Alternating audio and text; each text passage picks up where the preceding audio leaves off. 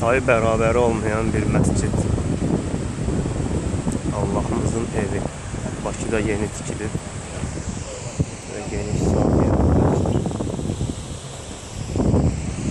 Buyurun, baxa bilərsiniz.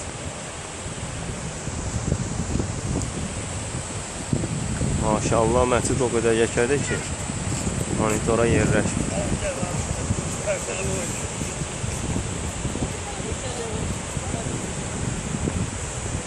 Süper.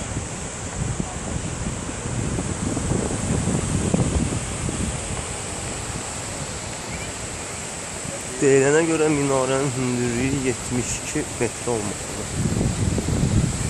Səhv etmirəmsə. Qarşısındakı fontanlar